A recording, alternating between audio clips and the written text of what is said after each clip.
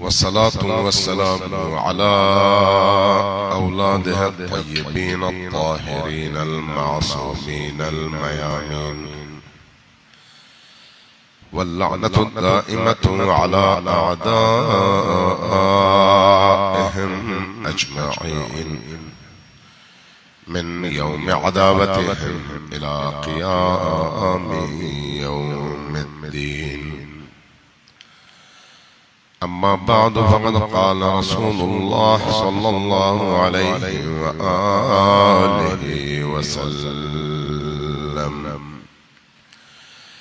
इन्न लिक़त्लिल हुसैन हरारतन फ़ी क़ुलूबिल मुअमिनीन ला तबरुद अबदा। सल्लल्लाहु अलैहि वसल्लम।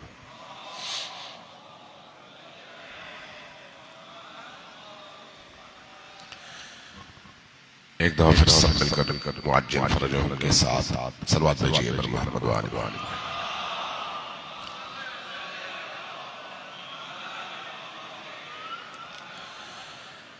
अल्लाह तबारक व तआला आपकी इस अज़ादारी को अपनी बारगाह में शरफ़ कबूलियत अता फरमाए और हम सबको हुसैन इब्ने अली अलैहिस्सलातु वस्सलाम की मारिफत की दौलत से माला माल फरमाए।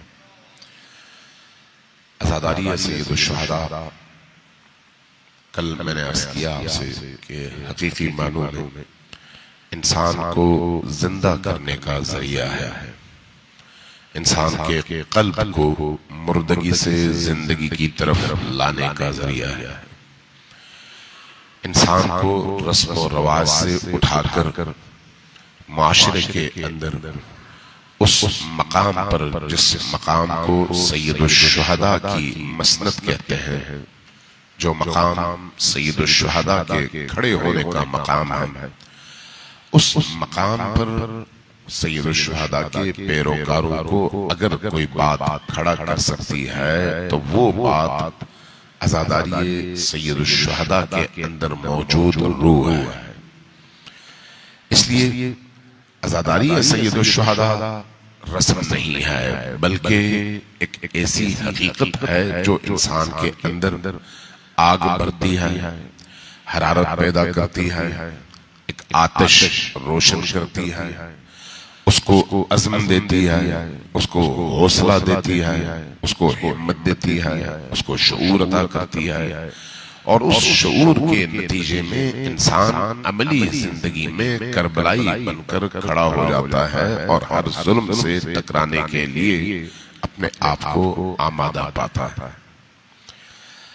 ये जो करबला का वाकया है, ये जो करबला की दास्तान है, ये सिर्फ लोगों को कहानियां सुनाने के लिए तो नहीं है, लोगों को सुलाने के लिए तो नहीं है, लोगों के अंदर सिर्फ सवाब की तलब पैदा करने के लिए तो नहीं है कि अगर कोई शख्स चंद आंसू बहा ले तो उसके बाद वो निजात पा गया, चंद आंसू बहा ले तो वो सीधा जन्नत पहुंच गया, चंद आंसू बहा ले तो उसकी दुनिया और आखिरत बखैर हो गई। नहीं, ये इसलिए नहीं है, ये बड़ी कीमती शय है। अगरचे इसमें कोई शक नहीं कि अज़ादारी सय्यदुश शुहदा में ये सारी बरकतें मौजूद हैं, अज़ादारी सय्यदुश शुहदा में ये सारी फजीलतें मौजूद हैं, लेकिन इसका मकसद ये नहीं है। मकसद इंसान को इंसान बनाना है, मकसद गुमराहियों से निकालना है, मकसद इंसान को अपने रब की बारगाह में खड़ा करना है, मकसद इंसान के अंदर शऊर हुसैनी पैदा करना है, मकसद इंसान के अंदर करबला के उस अजीम कुर्बानी के अहदाफ को उजागर करके इंसान के अंदर हौसला, हिम्मत और जुर्अत पैदा करना है। यही वजह है कि इमाम सादिक अलैहिस्सलाम की यह हदीस है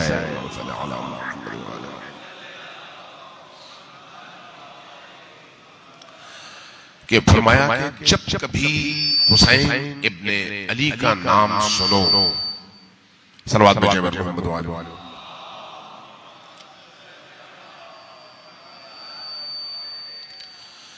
जब कभी हुसैन इब्ने अली अलैहिस्सलाम का नाम सुनो, फौरन अपने लबों से एक जुमला कहो, अस्सलामु अलैका या अबा अब्दुल्लाह अल हुसैन, या कहो कि सलामुल्लाह अलैकुम या अबा अब्दुल्लाह अल हुसैन, या कहो अस्सलामु अलल हुसैन व अला अली इब्न अल हुसैन, जो ज़ियारत आशुरा के जुमले।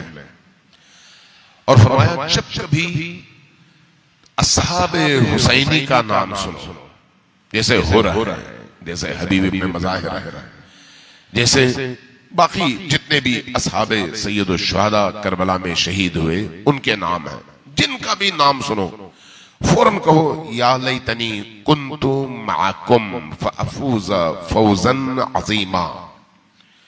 और इसी तरह से जब कभी यजीद और उसके लश्कर उबैदुल्लाह इब्न ज़ियाद, शिमर या बाकी लईनों के नाम सुनो तो कहो अल्लाहुम्मा कातिलिल हुसैन अलैहिस्सलातु वस्सलाम।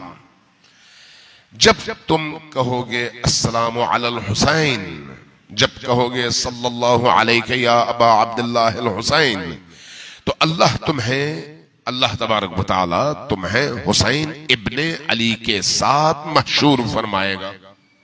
जब कभी नाम सुनो तुम्हारी जबान पर ये जुमला राइज हो जाए, जारी हो जाए कि सल्लल्लाहु अलैहि या अबा अब्दुल्लाह अल हुसैन, तो उसका नतीजा यह है कि अल्लाह तबारक व तआला तुम्हें हुसैन इब्ने अली के साथ महशूर करेगा।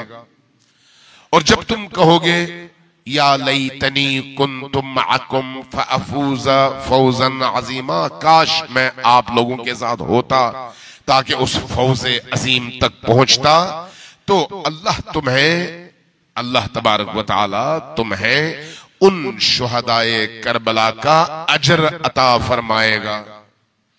और जब तुम कहोगे कि अल्लाहुम्मा लअन अल कातिलिल हुसैन अलैहिस्सलाम, तो अल्लाह तबारक व तआला तुम्हें दुश्मनाने हुसैन के मुकाबले में दोस्ताने हुसैन के साथ महशूर भी करेगा और उन दुश्मनों से तुम्हें महफूज भी रखेगा। सोचने का मकाम यह है कि ये क्या महज जुमले हैं कि आपने कह दिया और ये असर हो गया। जैसे हमारे आम माशरे के अंदर बाद औक़ात हमारे माशरे में हिंदू भी होते हैं, सिख भी होते हैं, दूसरे मकातिब के पैरोकार भी होते हैं, मंत्र पढ़ते हैं, जंतर पढ़ते हैं, उसकी तासीर बताते हैं, भाई इस मंत्र का ये असर है, उस जंतर का ये असर है। तो क्या ये जो जुमले नबी से या आले नबी से या अल्लाह तबारक व तआला से मनकूल है, चाहे किताबुल्लाह में चाहे सीरत नबवी में, क्या इनकी हैसियत भी उसी जंतर मंतर की तरह से है या फिर इसका कोई ताल्लुक हकायक़े आलम से है? और उन हकायक़े आलम से ताल्लुक की वजह से जब इंसान शऊरी तौर पर ये जुमले अपनी जबान पर जारी करता है तो इन जुमलों का कोई असर भी उसके वजूद, उसकी रूह और उसकी जिंदगी पर होता है। तो यकीनन जो चीज मुसल्लम है वो ये है कि ये जंतर नहीं है, ये मंत्र नहीं है, ये जादू नहीं है, ये कुछ खुश अल्फाज नहीं है कि उन अल्फाज की अदायगी के बाद ये असर सामने आए, बल्कि ये अज़्म है, ये बैअत है, ये तशदीद है उस अकीदे की कि करबला वालों ने यजीद और यजीदियत के मुकाबले में जिस जिद्दोजहद का अलम उठाया है, उस अलम को उठाना हर साहिबे ईमान के दिल की शदीद तरीन आरज़ू है। और उस आरज़ू का इजहार ये जुमले हैं कि हम हर सूरत में ऐसा करते। अब जो शख्स अज़्म के साथ, हौसले के साथ, इरादे के साथ, शऊर के साथ, फहम के साथ, जानकर समझकर ये जुमले अपनी जबान से अदा करता है, तो वो जब कभी ऐसा मौका मुआशरे के अंदर पेश आता है कि वहां पर उस मकाम पर खड़ा हो सके, तो चूंकि उसके लाशऊर में भी और उसके शऊर में भी ये जुमले रासिख हैं, उसकी रूह का हिस्सा हैं, उसकी जिंदगी का हिस्सा हैं। इसलिए उस मैदान अमल में इसके कदम डगमगाते नहीं हैं और परचमे हुसैन लेकर जब ये शख्स उठता है तो वही काम करता है जो हुसैन इब्ने अली के साथियों ने किया है। लिहाजा ये जो जुमले हैं ये सिर्फ जंतरों की तरह, मंतरों की तरह बेअसर जुमले नहीं है, बल्कि ईमान का इजहार है, ईमान का इजहार। उसी तरह से एक और पहलू जो इंतहाई अहम है, बड़ा ही अहम है, और हमें उन पहलुओं को समझने की जरूरत है। अगर इस तरह की गुफ्तगू से दो बंदों को यह बात समझ आ जाए ना, सिर्फ दो बंदों को, तो मैं समझता हूं कि हमारी निजात के लिए शायद वही दो बंदे काफी हों जो इस हवाले से हुसैन इब्ने अली अलैहिस्सलाम की फिक्र को अपना सके। सिर्फ दो बंदे, मजमा नहीं चाहिए। जैसे इमाम हुसैन अलैहिस्सलाम के अपने इस दावत के नतीजे में उन लाखों के इज्तिमा में से 72 निकलते हैं जो रासिखुल ईमान बनकर हुसैन के साथ खड़े हो जाते हैं, उसी तरह से हर दौर में चंद लोग होते हैं जो खड़े रहते हैं, बाकी लोग उनकी इस्तकामत से मुताअस्सिर होकर उनके पीछे पीछे चल पड़ते हैं। जैसे ही वो लोग हट जाएं ये लोग भी हट जाते हैं, वो लोग शहीद हो जाएं ये लोग भी मैदान छोड़ देते हैं। इसलिए वो जो चंद लोग हैं जो फ्रंट लाइन पर खड़े होते हैं वही इस्लाम की बका का पैगाम अपने हाथों में लेकर चलते हैं, वही वो हीरोज होते हैं जिनसे फिर बाकी माशरा सीखता है। आप देखिए कि इमाम हुसैन अलैहिस्सलाम की दावत के नतीजे में करबला के अंदर 72 खड़े थे।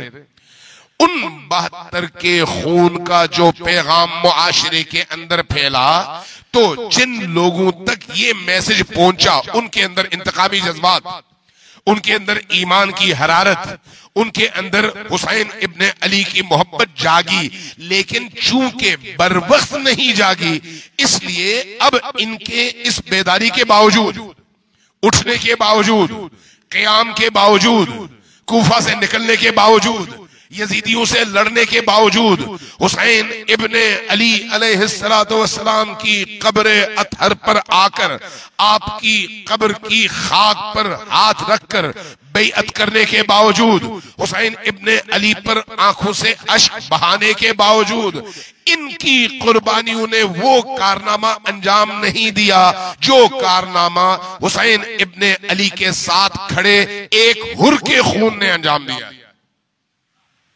वजह क्या है? शऊर। वजह क्या है? वो अकल। वजह क्या है? वो इदराक और वो फहम। वजह क्या है? बरवक्त फैसला और अपने वक्त के इमाम के साथ खड़े होना, ताखीर नहीं, फासला नहीं। लिहाजा क़याम तवाबीन का आप मुताला करें, आप देखेंगे 4000 से ज्यादा लोगों ने अपने सर की कीमत पर बैअत की, वादा किया, अहद किया, निकले, जाने दी। जान तब भी देनी थी जब हुसैन ने दावत दी थी, अब भी दी जब हुसैन नहीं है, लेकिन तब जान देने से तारीख बदल जाती। अब जान देने से जान तो गई, लेकिन वो मकासद और वो अहदाफ हासिल नहीं हो सके जो हुसैन इब्ने अली के साथ खड़े होकर हासिल हो सकते थे। हुसैन इब्ने अली सिर्फ 61 हिजरी के हीरो का नाम नहीं है। हुसैन इब्ने अली हर तारीख में खड़ी उस हस्ती का नाम है जो हुसैन की फिक्र के साथ माशरे में खड़ा हो। हर वो शख्स, हर वो फिक्र, हर वो तहरीक जिसके अंदर ये रूह मौजूद हो। इसलिए कि दीन सिर्फ सहाबा के दौर का दीन तो नहीं है, सिर्फ रसूलुल्लाह के दौर का दीन तो नहीं है। आज हम अगर नमाज पढ़ते हैं तो क्यों पढ़ते हैं? ये क्यों नहीं कहते कि ये तो सिर्फ उस दौर के लोगों की इबादत थी, उनके लिए मुफीद थी, हमें क्या फायदा? ये तो हम नहीं कहते। क्यों? इसलिए कि दीन हर दौर के लिए है, हर दौर के इंसान की बेदारी के लिए है, हर दौर के इंसान को पाक करने के लिए है, हर दौर के इंसान की तरबियत के लिए है, हर दौर के इंसान की तत्हीर के लिए है।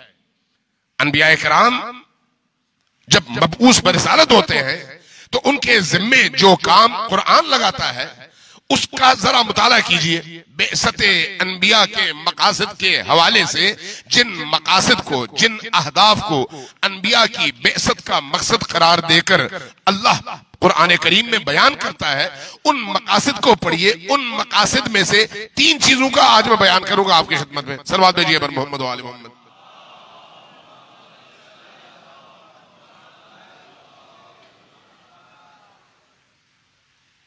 आपने फिर सलवात आदि भेजी, अगला हिस्सा आपने पढ़ा नहीं, जरा ऊंची आवाज से सब मिलकर वह अज्जिल फरजहुम के साथ सलवात भेजिए पर मोहम्मद व आले मोहम्मद।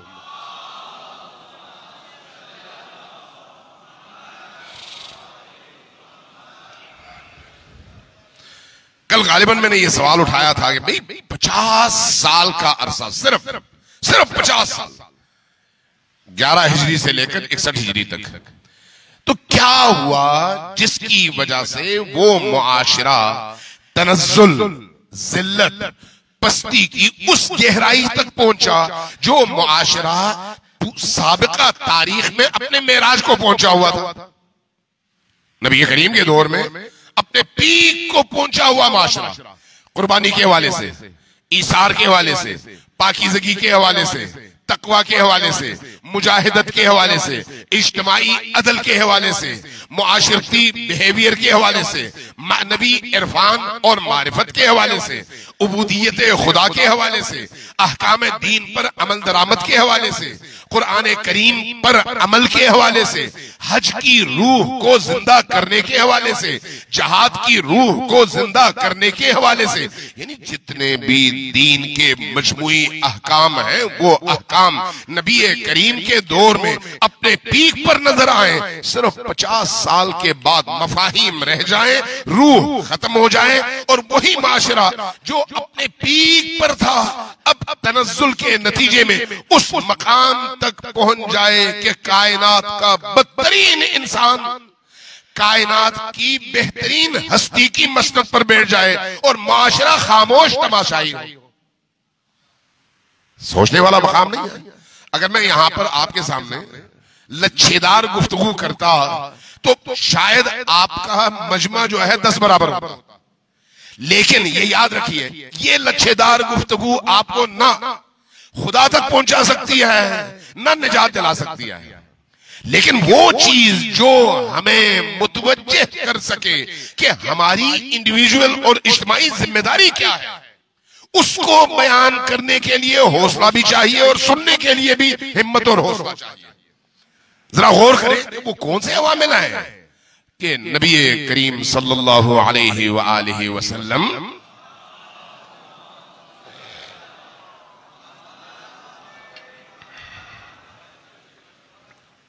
की रहलत के बाद, विसाल के बाद सिर्फ 50 साल, इन 50 सालों में क्या हुआ जिसके नतीजे में यजीद जैसा शख्स तख्त खिलाफत पर बैठ गया।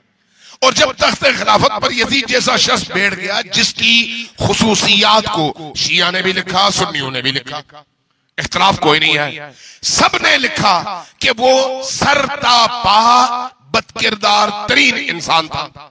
सब ने लिखा हराम खुदा को हलाल समझता था, सब ने कहा हलाल खुदा को हराम करता था, सब ने कहा शराब पीता था, सब ने कहा महारिम के साथ बदकारी करता था, सब ने कहा दीन की धज्जियां उसने उड़ाई, सब ने कहा सब कुछ लोग अपनी आंखों से देखते थे, खामोश थे।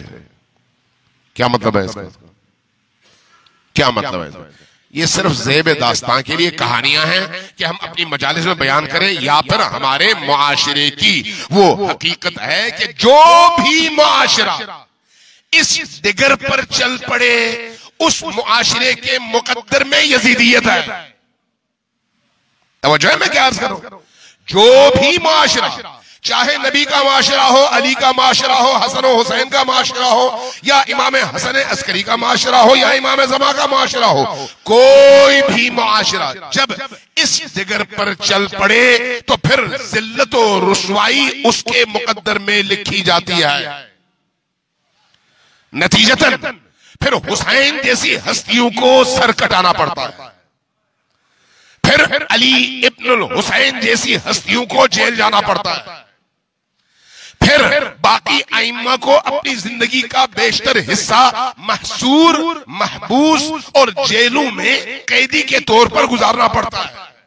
क्यों? इसलिए कि उस मुआशरे के तनज़्ज़ुल की राह में मुआशरे के अकाबिर ने, मुआशरे के उलमा ने, मुआशरे के जानने और मानने वालों ने रुकावटें खड़ी करके उस मुआशरे को गिरने से बचाने में अपना किरदार अदा नहीं किया। जब आप अपना किरदार अदा नहीं करेंगे, जब मैं अपना किरदार अदा नहीं करूंगा, तो फिर यही होगा। अपने किरदार का मतलब क्या है? क्या ये सारी की सारी जिम्मेदारियां अहलुल बैत की थी कि वही खून दे, बाकी लोग सिर्फ अय्याशियां करें? क्या ये जिम्मेदारी सिर्फ अली और आले अली की थी कि वही सऊबतें बर्दाश्त करें और तमाम मसाइब अपने सर उठाएं, बाकी सारा मुआशरा उस जुल्म और सितम के मुकाबले में न सिर्फ शरीक हो, बल्कि शरीक होने के साथ साथ इधर अहलुल बैत के मौक़िफ़ के मुकाबले में जुल्म का साथ देना शुरू कर दे। अहलुल बैत को क्या मुसीबत थी, क्या मुश्किल थी कि वही खड़े हुए? इसलिए कि दीन उनके घर से निकला था। जब दीन उनके घर से निकलेगा तो उनको सबसे ज्यादा दर्द होगा। मसला यही है कि आप भी जरा सोचिए, इसी मस्जिद और इसी अंजुमन में जब एक आपकी बॉडी बनती है, वो बॉडी चंदे जमा करके कहीं पर दरिया बिछाती है, कहीं पर मुसल्ले, कहीं पर पंखे, कहीं पर एसी। बाहर से कोई बंदा आके एक एसी को पत्थर मार के तोड़ दे तो सारी अंजुमन उसके खिलाफ खड़ी हो जाती है। क्यों? 4 पैसे हमने जमा किए थे, ये हमने लगाया था, इसने हमारे इस हदफ में, इस काम में रुकावट डाली है, खराब किया है। एक अंजुमन, एक छोटी सी बॉडी एक मस्जिद के एसी या पंखे या बल्ब को तोड़ने पर भी खामोश नहीं रहती। दीन तबाह हो जाए, खामोश रहा जाए, दीन की जड़ें उखाड़ दी जाए और माशरा खामोश रहे, ये कैसा सितम है? ये याद रखिए, हर माशरे में ये बीमारी होती है। आज के माशरे में, आज के माशरे में। इसलिए जब कभी ऐसे लोग खड़े होते हैं जिनके अंदर दर्द होता है, जिनके अंदर अल्लाह ने शऊर रखा होता है, जो उस जुल्म के खिलाफ लब भी खोलते हैं और हाथ भी उठाते हैं, कदम भी उठाते हैं, लोग उनके हवाले से जरूर ऐसी बातें करते हैं जिससे उनकी शख्सियत की तकरीब हो, जिससे उनके किरदार को खत्म किया जाए, जिससे उनके असर को खत्म किया जाए। आज जरा आप अपने इर्द गिर्द देख लें, इमाम हुसैन अलैहिस्सलाम ने जब यह क़याम किया तो आपको रोकने वाले ज्यादा थे या आपका साथ देने वाले? आपसे पूछ रहा हूं, रोकने वाले ज्यादा थे या साथ देने वाले? कौन ज्यादा थे? रोकने वाले बेतहाशा ज्यादा थे। जिसने भी देखा रोकने की कोशिश की, नहीं आप ना निकले। मुद्दा क्या था? आप निकलेंगे तो मारे जाएंगे। गोया जान का बचाना दीन को बचाने से उनकी निगाह में ज्यादा अहम था।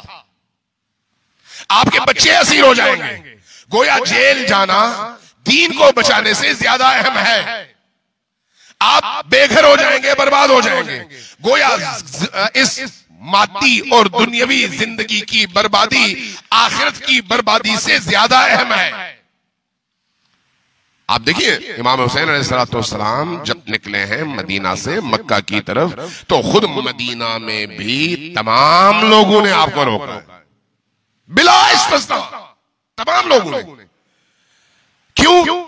आप यहां पर हैं, आपकी जान महफूज है, आप यहां पर हैं, आपका घर महफूज है, आप यहां पर हैं, आपकी इज्जत महफूज है, आप यहां पर हैं, आपका एहतराम महफूज है, आप यहां पर हैं, कोई आपके खिलाफ जुर्अत नहीं कर सकता। ये खाम ख्याली है, तब खाम ख्याली थी, आज भी खाम ख्याली है, आज भी फिक्र वही है। लोग नहीं, लोग तब्दील होते हैं, हर दौर में लोग तब्दील होते हैं, नस्ल दर नस्ल, पिछली नस्ल चली गई, नई नस्ल आ गई, लेकिन फिक्र इंजेक्ट की जाती है और नई नस्ल को उससे ज्यादा इन चीजों की निस्बत ताल्लुक और बेपरवाह बना दिया जाता है। नबी करीम के दौर में ऐसा नहीं था, अमीरुल मोमिनीन के दौर में ऐसा नहीं था। आप जरा तसव्वुर करें, नबी करीम की रहलत के फौरन बाद माशरे के अंदर अगर खलीफा कोई ऐसा काम करता जो माशरे में लोगों को बुरा लगता तो लोग फौरन ललकारते थे, भाई ये तुमने क्या किया, नबी ने ऐसा नहीं किया था। क्यों? इसलिए कि नबी के जमाने के करीब तर था। चूंकि नबी के जमाने के करीब तर का जमाना है, इसलिए नबी की तरबियत का असर अभी बाकी था। जब वो असर बाकी था तो ये जो वाकया उमूमन हमारे अहले सुन्नत खुतबा उलमा बयान करते हैं कि खलीफे सानी मिंबर पर चढ़े तो आप लोगों ने देखा कि उन पर तन के जो कपड़े हैं वो कपड़े माले गनीमत में आए हुए कपड़ों में से पहना हुआ उन्होंने, और हर एक को एक हिस्सा मिला था तो इन्होंने 2 हिस्सों का अपने लिए कपड़ा बना लिया है। तो फौरन मजमा से एतराज उठा कि खलीफा ये दूसरा हिस्सा तुम कहां से लाए हो, तुमने खयानत किया। सारे उलमा नकल करते हैं। तो वहां पर जो है उन्होंने फिर जवाब में क्या कहा, नहीं मुझे भी एक ही हिस्सा मिला था, दूसरा हिस्सा मेरे बेटे ने मुझे दिया है और उसकी बुनियाद पर अब मेरे लिए पूरा कपड़ा बना है। सवाल यह है कि मुआशरे के अंदर यह हौसला था, ये हिम्मत थी, ये जुर्अत थी कि वो हत्ता खलीफा को भी पुकार कर ललकार कर कह सके कि तुम गलत हो। क्यों? इसलिए कि अभी नबी की तरबियत के असरात बाकी थे, किसी न किसी सूरत में अभी हौसला बाकी था। तो फिर वो मुआशरा कैसे उस मकाम तक पहुंचा कि अब यजीद जैसा शख्स आया, अब यजीद के मुकाबले में खड़े होने वाले शख्स को रोकने वाले लोग बेतहाशा हैं, लेकिन यजीद को रोकने का हौसला करने वाले लोग कहीं नजर नहीं आते। बहुत बड़ा सवाल है ये। सलवात भेजें मोहम्मद वाले मोहम्मद।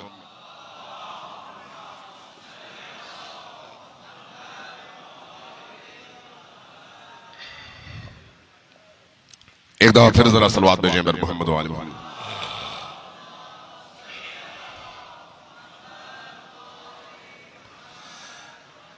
ये जो वाकई करबला है, इस वाकई करबला की जरूरत इसलिए पड़ी कि अब इतने बड़े इकदाम के बगैर दीन को वापस उसकी असल की तरफ पलटाया जाना मुमकिन नहीं था।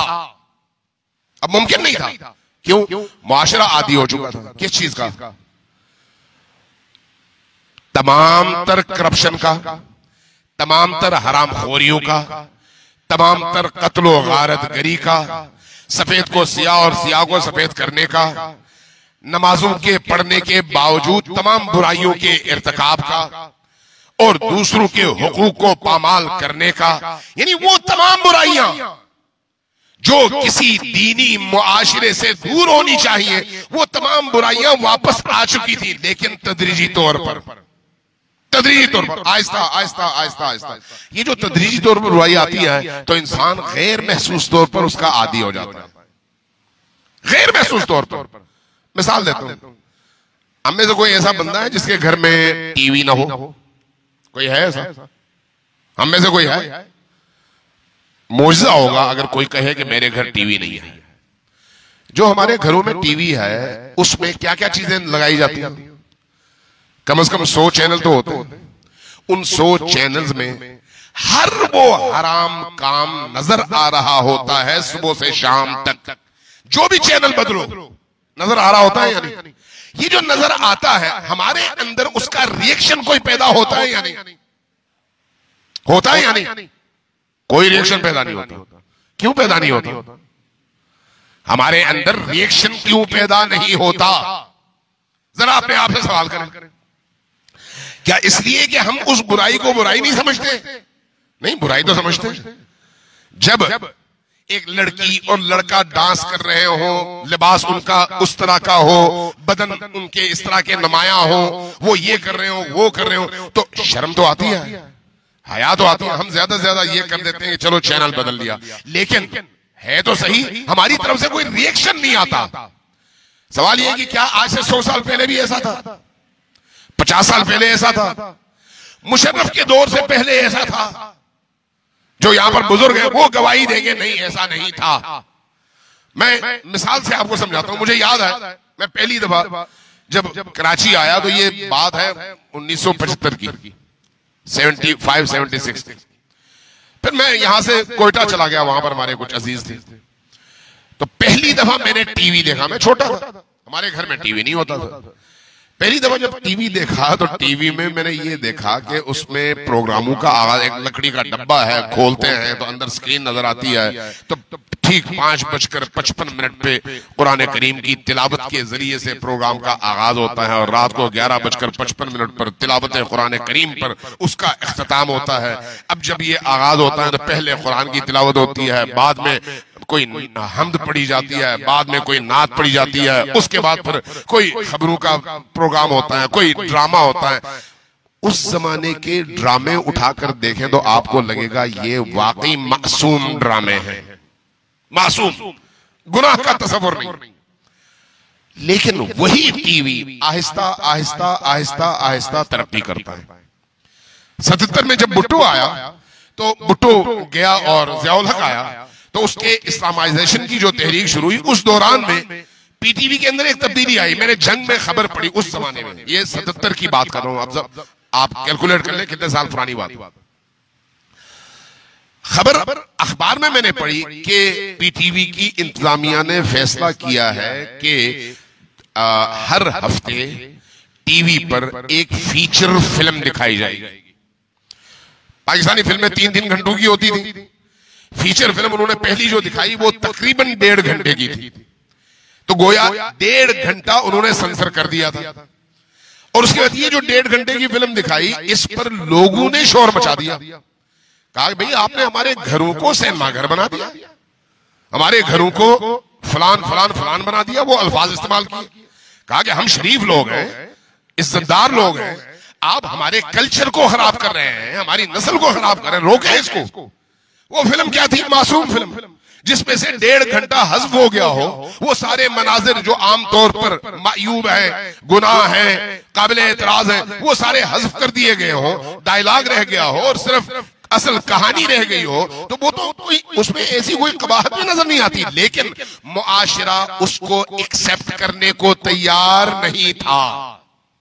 क्यों नहीं था? इसलिए कि मुआशरती वैल्यूज थी, माशरती अकदार थे। उन अकदार और वैल्यूज की वजह से माँ की हुर्मत थी, बहन की हुर्मत थी, बेटी की हुर्मत थी, बीवी की हुर्मत थी। माँ और बेटा मिलकर कोई ऐसी बात कर नहीं सकते थे जो उस हुर्मत को तोड़ दे, उस आबरू और उस एहतराम के रिश्ते में रखना डाल सके। इसलिए वैल्यूज जिंदा थी, वैल्यूज जिंदा थी।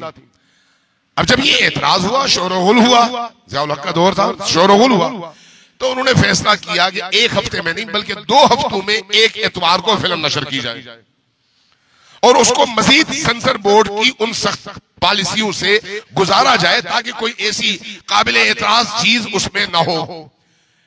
अब देखें, आगाज वहां से होता है, लेकिन आहिस्ता आहिस्ता आहिस्ता आहिस्ता, रफ्ता रफ्ता, ऐसे जैसे हमें आहिस्ता आहिस्ता जहर की एक हल्की मिकदार हमारे अंदर दाखिल की जाती रहे और हमारे बदन को उसके साथ हमाहंग कर दिया जाए, तो अब आहिस्ता आहिस्ता एक वक्त आता है हमारा पूरा बदन जहरीला हो जाता है, हमारी फिक्रें जहरीली हो गई, हमारा माशरत का तरीके कार आलूदा हो गया, हमारे रिश्ते आलूदा हो गए, हमारे अंदर एहसास गुनाह मिटता चला गया, हमारे अंदर बुराई को बुराई कहने का एहसास मिटता चला गया, रिएक्शन का एहसास मिटता चला गया। नतीजा वक्त के गुजरने के साथ साथ जब मुशर्रफ का दौर आया तो उसने ओपनली इन तमाम चैनल्स को ओपन करने की इजाजत दी और उसके बाद फिर जो आपके और हमारे घरों में टीवी के जरिए से,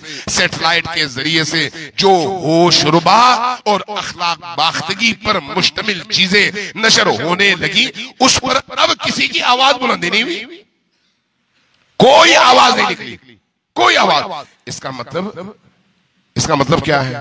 हम आहिस्ता आहिस्ता आहिस्ता आहिस्ता उस प्रोसेस से गुजर के गुनाह के ऐसे आदी हो गए कि अब उस गुनाह की कबाहत हमारे हाथ से खत्म हो गई, कबाहत खत्म हो गई।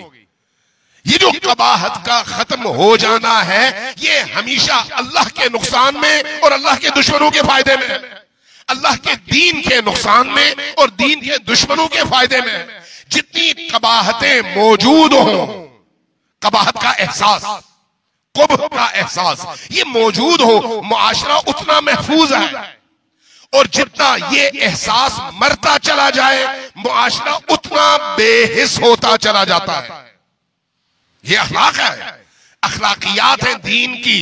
दीन जब इंसान की तरबियत करता है तो वो उन उस्लूब और उन रविशों के तहत करता है जो हम बज़ाहिर हो सकता है न समझ पाए, लेकिन दीन की मानवियत उसमें कारफरमा होती है और उसके जरिए से हमें आहिस्ता आहिस्ता आहिस्ता आहिस्ता ऊपर उठाया जाता है। और दीन मुखालिफ कुव्वतें जब उसी के मुकाबले में उसको नाकाम करने के लिए अपना प्रोग्राम लेकर आती हैं, तो फिर उन कुव्वतों की पूरी कोशिश ये होती है कि इंसान के अंदर से एहसास को खत्म कर दिया जाए, रद्द अमल को खत्म कर दिया जाए। फिर आज का दौर देखें, मेरा जिस्म मेरी मर्जी, यानी आप उस पस्ती की इंतहा तक पहुंच जाते हैं मुआशरा के मुआशरे में कोई इस तरह की बेहुदा फाहिशा उठकर आती है, फंडिंग के जरिए से आती है, अपने जिस्म की नुमाइश करती है और नुमाइश करके कहती है मेरा जिस्म मेरी मर्जी। नहीं भाई, ऐसा तो नहीं है। अब उस कैफियत को देखकर माशरा दो हिस्सों में तकसीम हो जाता है। एक कहता है नहीं ऐसा नहीं होना चाहिए, दूसरा कहता है होना चाहिए, आजादी है। नतीजतन जो कहता है दीन ये नहीं इजाजत देता, वो उसकी जबान बंद हो जाती है, उसके हाथ में कुछ नहीं होता। उन ताकतों का गलबा होता है जो अल्लाह के दीन की इन बुनियादों को पामाल करने के लिए बाकायदा मंसूबा लेकर आए हुए होते हैं। आज हमारा माशरा इसी मरहले से गुजर रहा है। आज हम इसी मुआशरे में शतरंज के जो मुख्तलिफ खाने होते हैं उनमें अपने आप को तलाश करने की जरूरत है कि हम कहां पर खड़े हैं और शतरंज की इस बसात में मोहरे किसके हाथ में है और कौन हमें कहां पर फिट कर रहा है।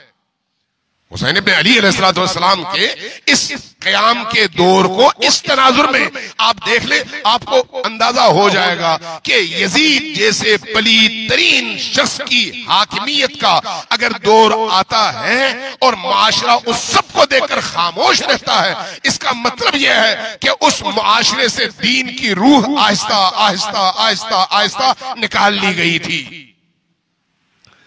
और जब दीन की रूह निकाली जा रही थी, हमारे बाज सादलो मुसलमान, सादलो मोमिन कहते हैं हमारा क्या है, हम तो अपनी नमाजें पढ़ रहे हैं, हम तो अपने रोजे रख रहे हैं, हम तो अपनी आजादारी कर रहे हैं, हमारी आजादारी जारी रहनी चाहिए, हमारा हज जारी रहना चाहिए, हमारी जमात की नमाज जारी रहनी चाहिए, हमारे एतकाफ बाकी रहने चाहिए, हमारा रोजा बाकी रहना चाहिए, हमारी ईद की इज्तिमा की नमाज बाकी रहनी चाहिए, बाकी माशरे में जो कुछ भी होता है हमारी भला से।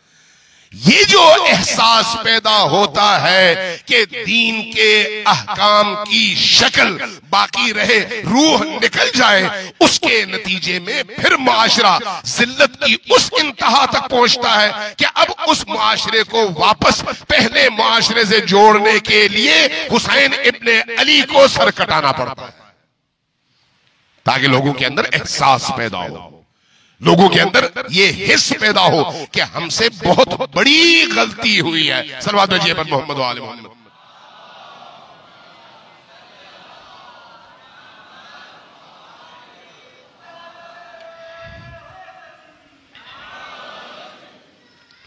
एक दफा फिर जरा सल्लल्लाहु अलैहि वसल्लम मोहम्मद व आले मोहम्मद।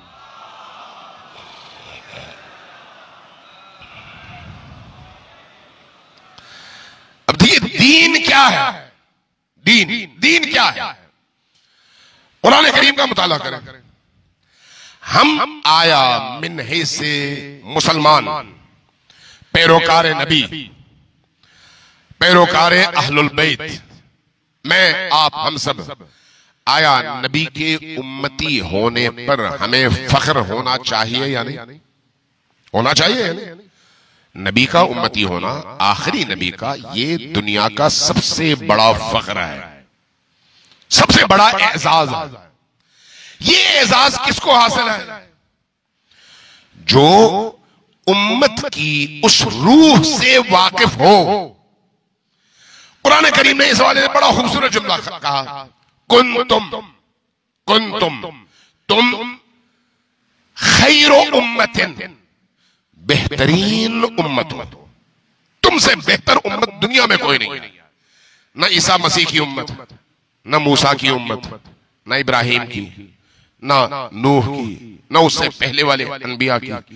जितने भी 1,23,999 अनबिया गुजरे हैं, उनकी उम्मतों में तुम बेहतरीन उम्मत हो, मुंतखब तरीन उम्मत हो, अफजल तरीन उम्मत हो और सबसे अशरफ हो, सबसे बाशराफत। क्यों हो? कुंतुम खैरा उम्मतिन। क्यों हो? उखरिजत लिन्नास, इसलिए कि इंसानों के दरमियान, मुसलमान नहीं, मोमिन नहीं, इंसान, अन्नास। अन्नास यानी अवाम, चाहे वो काफिर हो, मुसलमान हो, बुरा हो, अच्छा हो। उखरिजत लिन्नास, तुम्हें इंसानों के दरमियान इसलिए उठाया गया है कि तअमुरून बिल मारूफ व तनहौना अनिल मुनकर, तुम अम्र बिल मारूफ करो और नही अनिल मुनकर करो। अम्र बिल मारूफ क्या है? बुराई देखो तो रोको। नही अनिल मुनकर क्या है? बुराई देखो तो रोको। अम्र बिल मारूफ क्या है? अच्छाइयों को पामाल होते देखो तो अच्छाइयों को जिंदा करो, खामोश न रहो। खामोश रहोगे तो कूफी कहलाओगे, खामोश रहोगे तो शामी कहलाओगे। वो लोग जो करबला से दमिश्क तक पहुंचाए गए, इनका सामना जिन लोगों के साथ हुआ, उन लोगों का जरा मुशाहिदा करें आप। करबला से लेकर कूफा तक, कूफा से लेकर दमिश्क तक, हर जगह इस्तकबाल हुआ। जो इस्तकबाल करने वाले लोग थे कलिमगो थे, जो इस्तकबाल करने वाले लोग थे नमाजी थे। काफिर कोई नहीं था, कुरान का मुनकर कोई नहीं था। कोई शख्स ऐसा नहीं था जो नमाज का इनकार करे, कोई ऐसा नहीं था जो इस्लाम का मुनकर हो।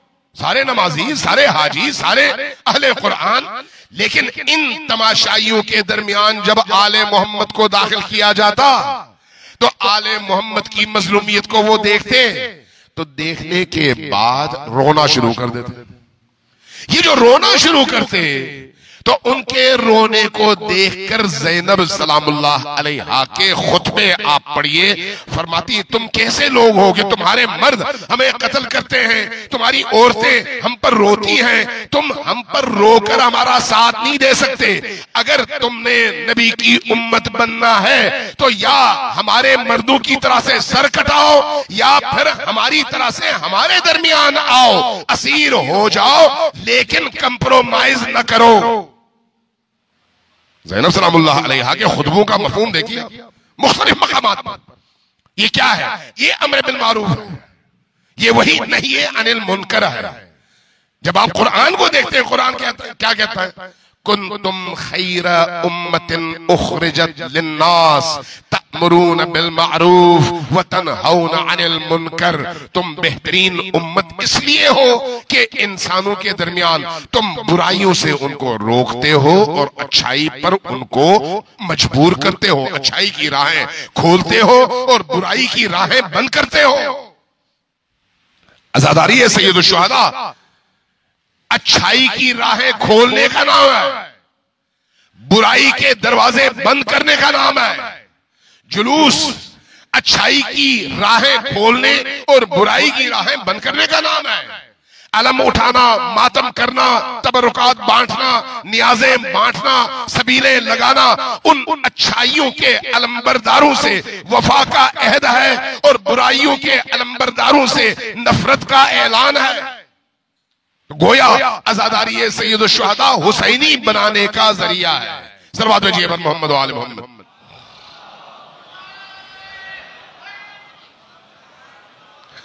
एक दफा फिर जरा ऊंची आवाज से सलवात भेजिए पर मोहम्मद।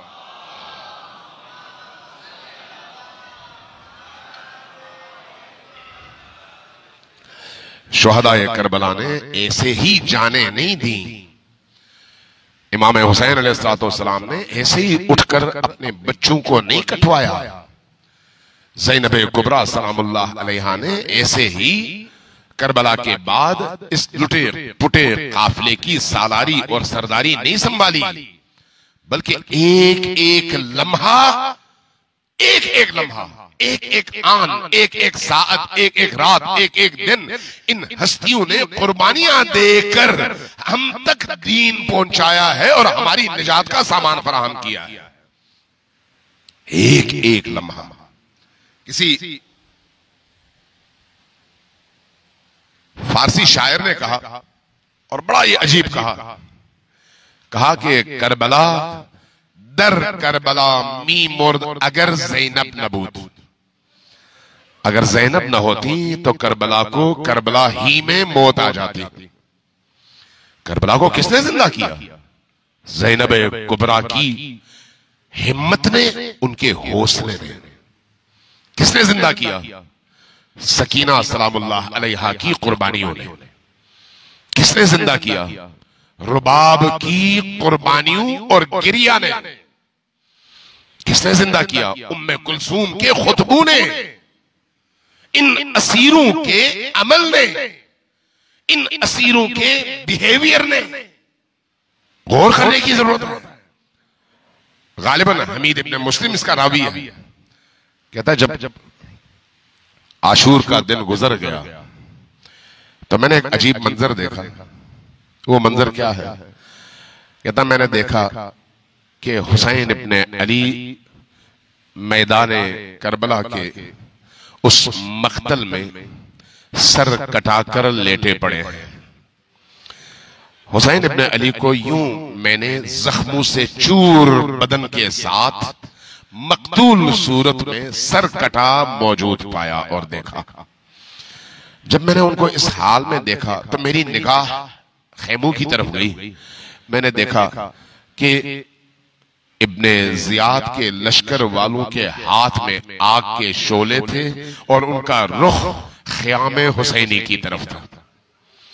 जब ये लोग ख़याम हुसैनी में पहुंचे तो एक एक करके खैमों को आग दिखाने लगे और खैमे जलने लगे। जब खैमों को मैंने जलते देखा तो मैंने एक अजीब मंजर देखा। ये रावी लिखता है, कहता मैंने अजीब मंजर देखा कि हुसैन इब्न अली के नन्हे नन्हे छोटे छोटे बच्चे और इस लुटे पुटे काफिले के छोटे छोटे मासूम बच्चे रोते हुए, बस उनकी जबानों पर एक ही नारा था, वाह मुहम्मदा वाह अलिया। रोते हुए ये बच्चे खैमों से बाहर आए और उस तारीकी में करबला के सहरा में गुम हो गए। ये मंजर मैं देख रहा था, अचानक मेरी नजर आखिरी खेमे पर पड़ी। एक ऊंचे कद की खातून को मैंने देखा कि ये खातून कभी खेमे के अंदर जाती, कभी खेमे से बाहर आती। मैंने देखा खातून रो भी रही है लेकिन भाग भी नहीं रही। मैंने पूछा ये खातून कौन है? जवाब मिला ये अली की बेटी ज़ैनब है। मैंने पूछा भागती क्यों नहीं है? जवाब मिला कि खेमे के अंदर सैयदुस साजिदीन बीमारी की और गशी के आलम में पड़े हुए हैं और उनको छोड़कर ये खातून भाग नहीं सकती। मैंने देखा कि कुछ खवातीन ने इस ज़ैनब कुबरा सलामुल्लाह अलैहा की मदद की, उस जवान को सहारा दिया। इस ज़ईफा खातून ने अपने कंधों पर उस जवान को उठाया, बाकी खवातीन ने सहारा दिया। खेमे से जैसे ही उस जवान को बाहर निकाला गया, खेमा आग की लपेट में आ गया। और जब मैंने ये मंजर देखा तो मेरी निगाह एक छोटी सी बच्ची पर पड़ी। मैंने देखा उस बच्ची के दामन पर आग लगी हुई थी और वो बच्ची रो रही थी। मेरा दिल तड़पा, मैं भागा ताकि उस बच्ची के दामन की आग बुझा सकूं। जब मैं करीब गया, बच्ची ने मुझे अपनी तरफ आते देखा तो बच्ची घबरा गई और तेज भागने लगी। मैं आगे से गया, बच्ची को रोका और रोककर उसके दामन की आग मैंने बुझा दी। जैसे ही दामन की आग बुझी, बच्ची ने मुझे अजीब निगाहों से देखा और गोया अपनी निगाहों ही निगाहों में सवाल कर रही हो कि करबला में अब तक जितने भी लोग हमने देखे वो मारने वाले थे, वो लूटने वाले थे, वो कत्ल करने वाले थे। तुम पहले शख्स हो जो आग बुझाने के लिए आए हो। मैंने पूछा बेटी तुम कौन हो? जवाब मिला मैं हुसैन के सीने पर सोने वाली सकीना। मैंने पूछा बेटी ये तुम्हारा सर कंधे जख्मी है, तुम्हारे गालों का रुख, गालों का रंग सियाह हो चुका है, तुम्हारे कानों की लो फटी हुई है, वजह क्या है? फरमाया इन्होंने जब हमारे सरों से मकने छीनने चाहे तो नेज़े की अनियां इस्तेमाल की। जब ये करीब आए मेरे कानों से बालियां छीननी चाहिए तो इस जोर से खींचा कि मेरे कान की लो फट गई और खून रिसने लगा। ये जो तुम गालों की स्याही देख रहे हो, इन्होंने इतने तमाचे मारे, इतने तमाचे मारे कि रुखसार सियाह हो गए। मैंने पूछा बेटी बताओ मैं तुम्हारी क्या खिदमत करूं ताकि तुम्हारा दिल थोड़ा सा पुरसुकून हो? क्या जवाब दिया? जवाब दिया जरा मुझे बताओ नजफ का रास्ता किस तरफ? क्या करोगी? मैं जाऊंगी अपने जद्दे अमजद अली मुर्तजा की बारगाह में, अर्ज करूंगी बाबा जान देखिए आपकी बेटियों के साथ करबला में क्या सलूक हो रहा।